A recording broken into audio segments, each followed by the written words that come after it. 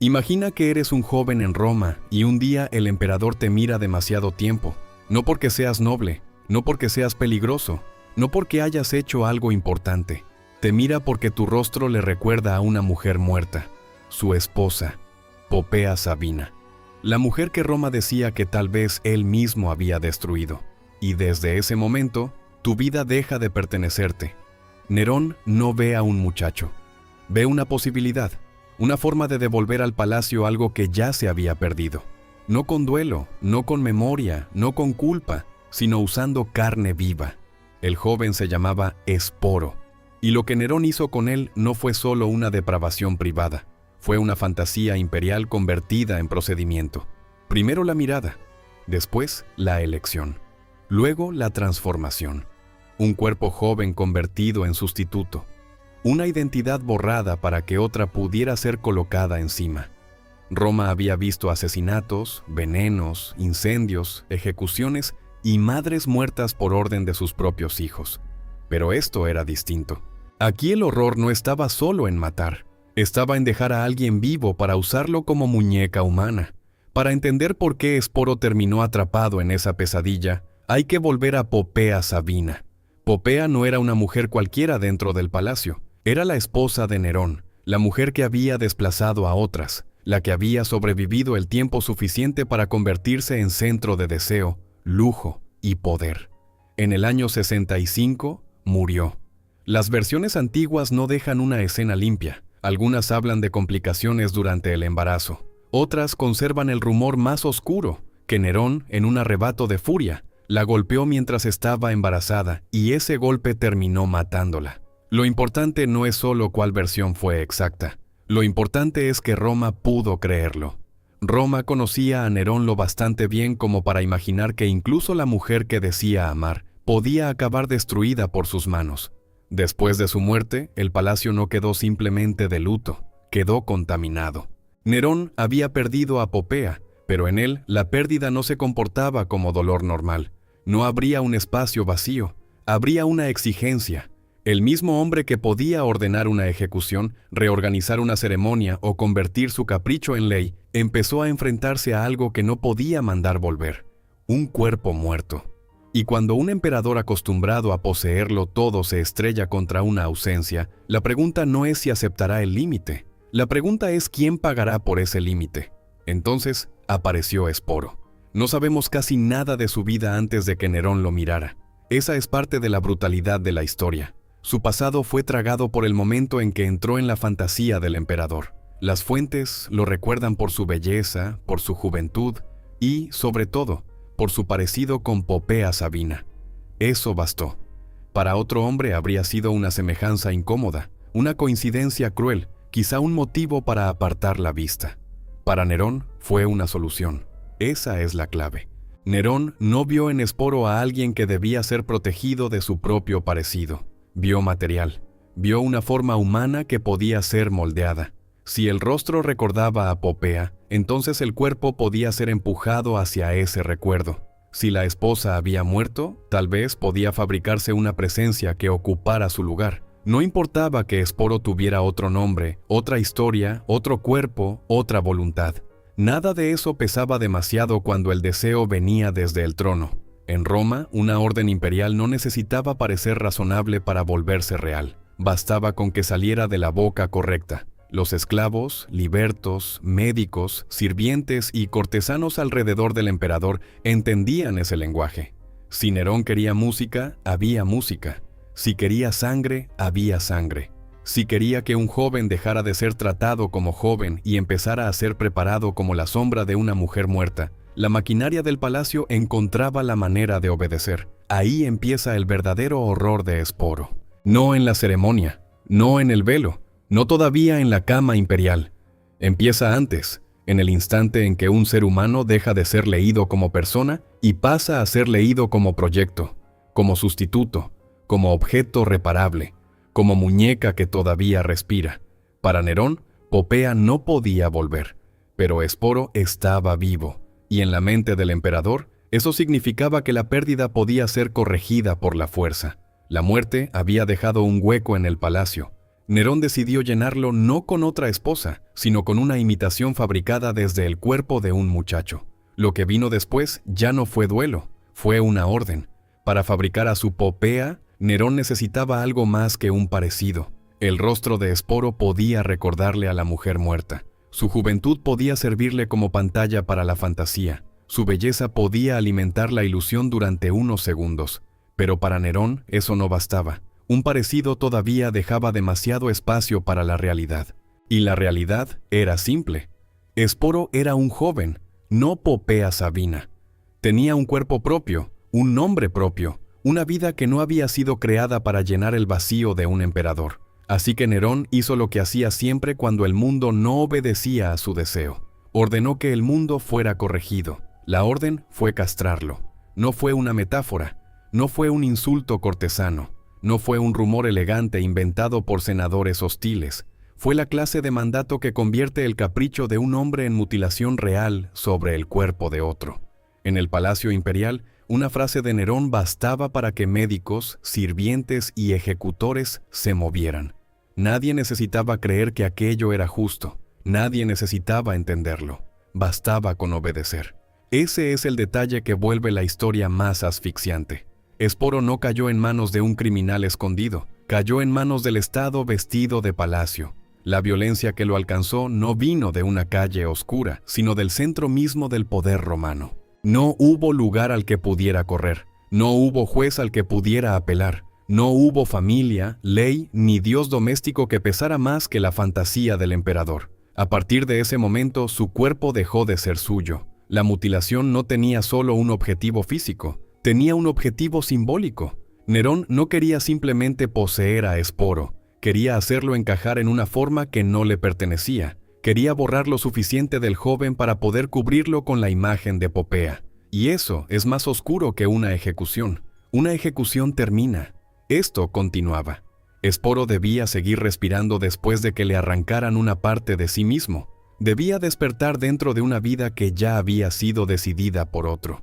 Imagina el palacio durante esos días, no como un lugar de pasión, sino como un taller silencioso de deformación. Sirvientes que bajan la mirada, médicos que cumplen la orden, ropas preparadas, voces que empiezan a corregir la manera de nombrarlo. Cortesanos que entienden lo que está ocurriendo y aún así siguen entrando a las salas, saludando, sonriendo, fingiendo que aquello es otra rareza imperial más. Roma no necesitó estar toda presente para participar. Bastaba con que el palacio obedeciera. Y el palacio obedeció. Después de la mutilación, Esporo ya no podía volver simplemente a ser el joven que había sido antes. Ese era el punto. La violencia había construido una frontera. Antes podía existir una distancia entre él y el recuerdo de Popea. Después, esa distancia empezó a cerrarse a la fuerza. Su cuerpo había sido marcado para una función. Su futuro había sido cortado y reemplazado por una representación. Cada persona que lo miraba dentro de la corte sabía que ya no estaba ante un muchacho cualquiera.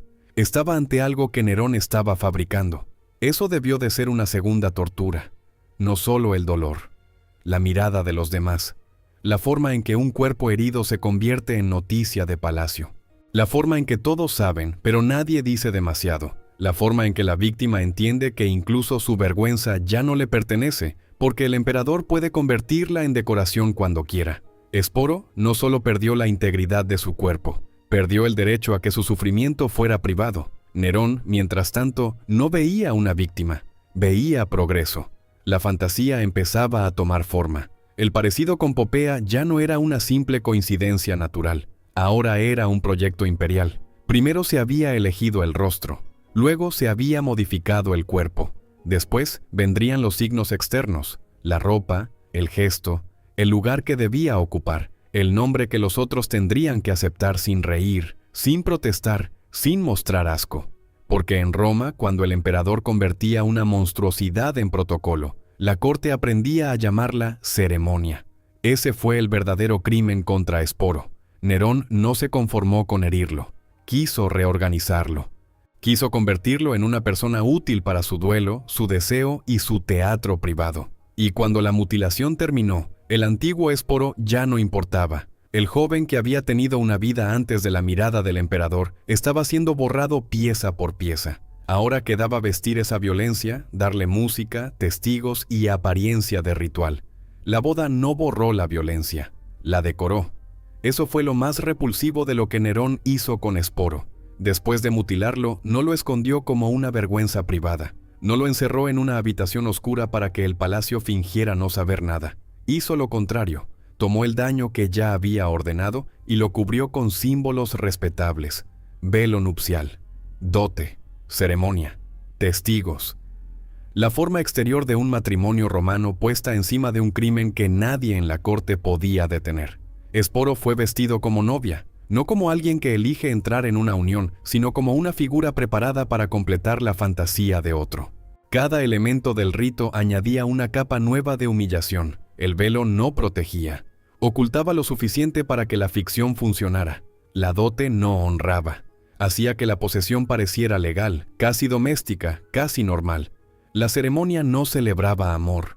Convertía una orden imperial en escena pública. Nerón necesitaba eso. No le bastaba con tener a Esporo cerca. Necesitaba que el mundo alrededor aceptara la mentira, que los sirvientes lo trataran según la nueva forma, que los cortesanos entendieran la regla sin que hubiera que repetirla, que Roma viera a ese joven no como lo que era, una víctima fabricada por la voluntad del emperador, sino como aquello que Nerón quería poner sobre él, una nueva Popea, una esposa rehecha, una muñeca humana con respiración propia. El palacio entendió el papel que debía representar. Nadie allí confundía aquello con una boda normal. Los hombres que habían visto divorcios políticos, matrimonios de conveniencia, amantes oficiales y esposas apartadas sabían perfectamente cuándo una ceremonia era una máscara. Pero en Roma, bajo Nerón, la máscara podía ser más poderosa que la verdad.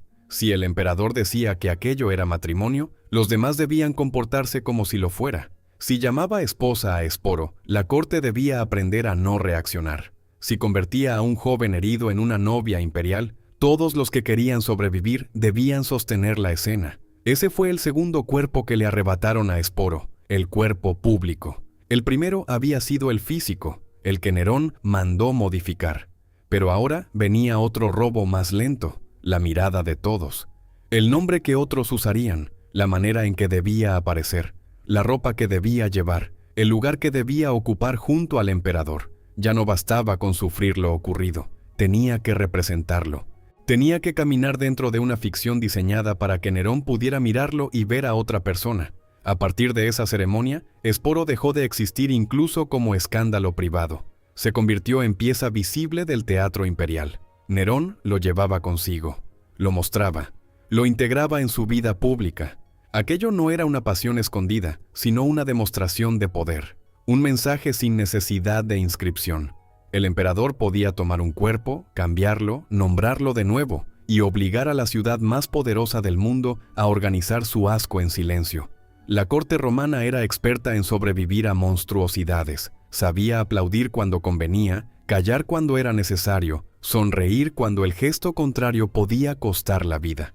Pero incluso allí, incluso entre hombres acostumbrados a venenos, ejecuciones y matrimonios políticos podridos, lo de Esporo tenía una textura distinta. No era una amante, no era una esposa extranjera, no era una concubina elevada. Era un joven convertido en sustituto de una mujer muerta y presentado con los signos de una boda. La gente podía murmurar, podía recordar a Popea, podía comparar el rostro de Esporo con el de la emperatriz perdida. Pero todo eso ocurría por debajo de la superficie. Encima, la maquinaria seguía funcionando. Los rituales daban forma.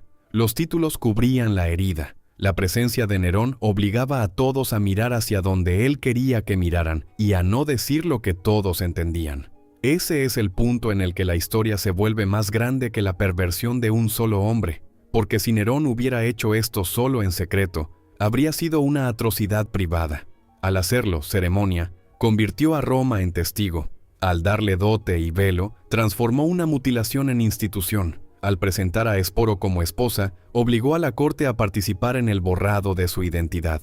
La violencia ya no estaba escondida bajo el palacio. Estaba vestida, ordenada y colocada a su lado. Y Esporo, desde ese momento, ya no pertenecía solo al deseo de Nerón. Pertenecía también a su imagen pública, a su delirio teatral, al mito vivo que el emperador estaba construyendo alrededor de sí mismo. Ya no era únicamente un joven marcado por una orden, era la prueba caminante de que Nerón podía convertir a una persona en papel, en recuerdo, en esposa, en objeto, y hacer que Roma entera fingiera que aquello tenía sentido. Cuando Nerón empezó a caer, Esporo no recuperó su vida. Ese es el giro más cruel de esta historia. Uno podría imaginar que la muerte del emperador, el derrumbe del palacio y el final de aquella corte enferma habrían roto también la fantasía que lo mantenía atrapado. Pero Roma no funcionaba así. Cuando un hombre poderoso convierte a una persona en objeto, la caída de ese hombre no siempre libera al objeto. A veces solo lo deja disponible para el siguiente. En el año 68, el mundo de Nerón empezó a cerrarse sobre él. Las rebeliones crecían, los apoyos se deshacían. El Senado se movía. Los pretorianos ya no parecían una muralla segura alrededor del emperador. El hombre que había obligado a Roma a mirar su teatro privado de poder, sexo y muerte, descubrió que la ciudad también sabía apartar la vista cuando dejaba de convenirle. Nerón huyó, perdió control, se quedó con pocos fieles y terminó acercándose al final con esa mezcla de melodrama y terror que había marcado toda su vida. Esporo estaba allí, no como testigo libre, no como compañero por elección limpia. Seguía atado a la identidad que Nerón había fabricado para él. En los últimos días del emperador, cuando el poder ya se estaba pudriendo alrededor de su cuerpo, Esporo seguía siendo parte de la escena. La figura vestida con el fantasma de Popea, la esposa artificial, la presencia que Nerón había creado para no aceptar una pérdida. Incluso en la caída, Esporo no aparecía como persona separada, aparecía como resto vivo del delirio imperial. Nerón murió poco después, lejos de la grandeza que había intentado construir para sí mismo, y con su muerte terminó una parte de la pesadilla, solo una parte, porque Esporo no salió de allí convertido de nuevo en sí mismo. No hubo devolución de nombre, no hubo reparación, no hubo momento en que Roma dijera, esto fue una monstruosidad y este joven debe ser dejado en paz. La corte no estaba diseñada para reconocer víctimas, estaba diseñada para redistribuir posesiones, favores, símbolos y cuerpos útiles. Esporo ya había sido marcado como algo excepcional, como una pieza cargada de significado, y eso lo hacía demasiado visible para quedar simplemente olvidado. Entonces apareció Ninfidio Sabino. Ninfidio era prefecto del pretorio, uno de esos hombres que en una crisis imperial podían oler oportunidad donde otros olían sangre. Tras la caída de Nerón, intentó colocarse en el centro del poder, y Esporo pasó a su órbita. Ese detalle dice mucho. Ninfidio no tomó a Esporo porque fuera un ciudadano cualquiera al que proteger, lo tomó porque Esporo ya era un símbolo utilizable, el objeto más extraño del antiguo emperador, la falsa Popea, el cuerpo en el que todavía se podía tocar algo del mundo de Nerón. Así continuó la degradación.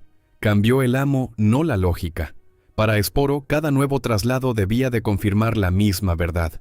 Lo que Nerón había hecho no había terminado con Nerón.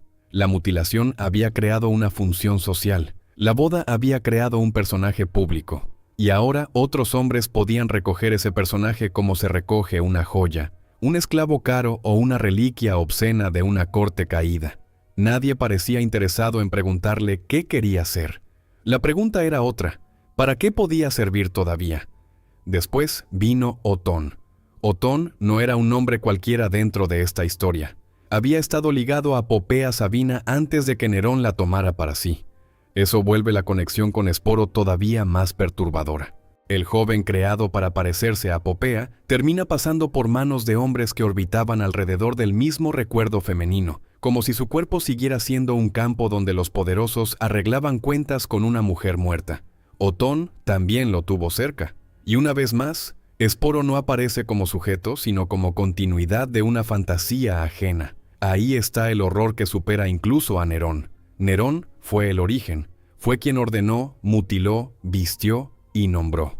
Pero el mundo posterior demostró que la perversión podía sobrevivir sin él. Esporo había sido convertido en algo que otros podían entender de inmediato, una figura disponible, sexualizada, política, simbólica, un resto de Popea, un resto de Nerón, un cuerpo convertido en archivo viviente de deseos ajenos. Mientras Roma entraba en el caos del año 69, con emperadores subiendo y cayendo a una velocidad brutal, Esporo seguía atrapado en una historia que nunca había elegido. Los hombres cambiaban, los uniformes cambiaban, las alianzas cambiaban, pero su papel seguía pegado a él como una piel impuesta. La muerte de Nerón no le devolvió el pasado, la ambición de Ninfidio no le dio futuro, Otón no lo convirtió en persona. Cada etapa lo empujó más lejos de cualquier identidad propia. Y todavía faltaba el último golpe, porque el siguiente hombre que puso sus ojos sobre Esporo ya no se conformaría con heredarlo como curiosidad de palacio o como sombra de Popea. Vitelio querría llevar esa destrucción a otro lugar, no al dormitorio, no a una ceremonia privada, a un espectáculo público, delante de una multitud, donde el cuerpo de Esporo volvería a ser usado para representar una fantasía que otros habían escrito sobre él. Vitelio no necesitó inventar una nueva crueldad para Esporo, le bastó con mirar lo que Nerón ya había hecho y empujarlo un paso más abajo. Para entonces, Esporo ya había pasado por demasiadas manos. Nerón lo había convertido en esposa fabricada. Ninfidio Sabino lo había heredado como una pieza útil del mundo que acababa de caer. Otón lo había mantenido cerca dentro de esa misma red de poder, deseo y memoria podrida. Cada hombre añadía algo distinto, pero ninguno rompía la cadena. Para todos ellos, Esporo seguía siendo una función, un resto, una figura que se podía mover de una escena a otra sin preguntarle jamás si todavía quedaba alguien debajo del papel que le habían impuesto. Con Vitelio, la amenaza cambió de forma. Ya no se trataba de una boda. Ya no se trataba de una habitación imperial ni de una fantasía privada cubierta con lenguaje matrimonial. Vitelio quiso usarlo en un espectáculo público, dentro de una representación del rapto de Proserpina. El mito era conocido, una joven arrebatada, llevada contra su voluntad, convertida en figura de descenso, posesión y violencia simbólica. Para cualquier otro actor habría sido una escena, para Esporo era una sentencia, porque Esporo no iba a representar una historia ajena. Iba a ser obligado a repetir la suya delante de una multitud. Ese era el último grado de la destrucción. Nerón le había quitado el cuerpo. La corte le había quitado el nombre. Los hombres que vinieron después le habían quitado cualquier posibilidad de desaparecer. Ahora, Vitelio quería quitarle incluso el derecho a no ser exhibido, convertirlo otra vez en mujer arrebatada, otra vez en cuerpo disponible, otra vez en imagen que otros podían mirar, comentar, desear, despreciar o usar como entretenimiento. Roma era capaz de eso. Una ciudad que había visto gladiadores morir en la arena, prisioneros ejecutados como parte de celebraciones y cuerpos humanos convertidos en diversión pública, podía absorber casi cualquier cosa si se la presentaban como espectáculo. Ese era el peligro para Esporo. No solo Vitelio, el público, la maquinaria, el escenario, la posibilidad de que su humillación final fuera recibida no con horror, sino con curiosidad. Para alguien que ya había sido transformado por la fuerza, vestido por la fuerza, nombrado por la fuerza y entregado de un poderoso a otro, aquella escena debía de sentirse como una segunda muerte antes de morir. No quedaba ya una vida normal a la que regresar. No quedaba juventud intacta. No quedaba cuerpo no intervenido. No quedaba pasado que el palacio no hubiera ensuciado. Pero todavía quedaba una última frontera: negarse a actuar. Esporo eligió la muerte, no como victoria limpia, no como final noble en el sentido cómodo de la palabra. La eligió porque el mundo que lo rodeaba no parecía dispuesto a devolverle otra salida. Si vivía, otros seguirían decidiendo qué era. Si subía al escenario, su cuerpo volvería a pertenecer a una fantasía ajena. Si obedecía, la última imagen que Roma tendría de él sería exactamente la que Vitelio quería: una víctima convertida en función teatral. Al morir, Esporo interrumpió la escena. Eso es lo más terrible y lo más claro de su final. No pudo impedir que Nerón lo mutilara. No pudo impedir que lo vistieran como novia. No pudo impedir que la corte aprendiera a tratarlo como una copia viva de Popea. No pudo impedir pasar de una mano poderosa a otra. Pero sí pudo impedir la última representación. Vitelio podía ordenar un espectáculo. Roma podía preparar los ojos. El mito de Proserpina podía estar listo. Esporo decidió no entregarles esa última obediencia, y ahí se entiende toda la historia. Lo más monstruoso que Nerón hizo con Esporo no fue solo castrarlo, fue crear una categoría de existencia donde una persona dejaba de ser persona y se volvía papel, recuerdo, sustituto, muñeca humana. Pero lo más oscuro de Roma fue que Nerón no tuvo que sostener esa mentira solo. Médicos obedecieron, sirvientes prepararon, cortesanos aceptaron, otros hombres heredaron. Otro emperador quiso exhibir. Una vez que Esporo fue convertido en objeto, demasiados alrededor supieron perfectamente cómo usarlo. Por eso Roma no lo olvidó. Porque esta historia muestra algo más profundo que el capricho sexual de un emperador enfermo. Muestra lo que ocurre cuando el poder puede mirar a un ser humano y decir, ya no eres tú, ahora eres lo que yo necesito que seas. Popea muerta, esposa falsa, trofeo de palacio, actriz forzada en una escena de rapto. Cada etapa fue una forma distinta de borrar a Esporo mientras su cuerpo seguía respirando. Nerón quiso fabricar una mujer muerta con un muchacho vivo. Roma miró, obedeció y siguió usando esa fabricación incluso después de que Nerón desapareciera. Al final, Esporo solo pudo recuperar algo de control quitándoles lo único que todavía podían explotar, su presencia. Lo convirtieron en muñeca humana. Él decidió que no iban a jugar con ella una última vez. Si esta historia te impactó, deja tu like, suscríbete y escribe en los comentarios desde qué ciudad y país estás viendo este video.